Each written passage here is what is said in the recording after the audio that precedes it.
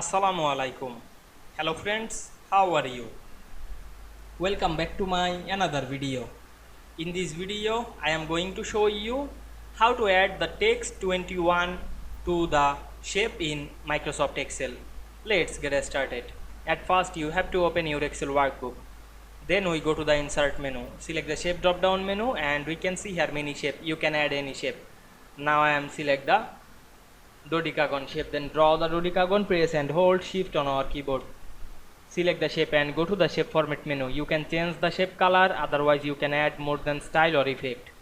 Now I am remove the shape outline.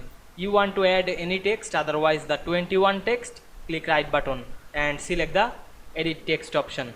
We can see here show the cursor. Now I am right 21. Then select the text, click and drag on our mouse and go back the home menu. Increase the font size. You can apply any effect to this font. Now I make the alignment center and middle. You can change the color of this font. Now we can see we add the text 21 to the shape easily. I hope you enjoyed my video. Please like, comment, share and subscribe my channel. Thanks for watching.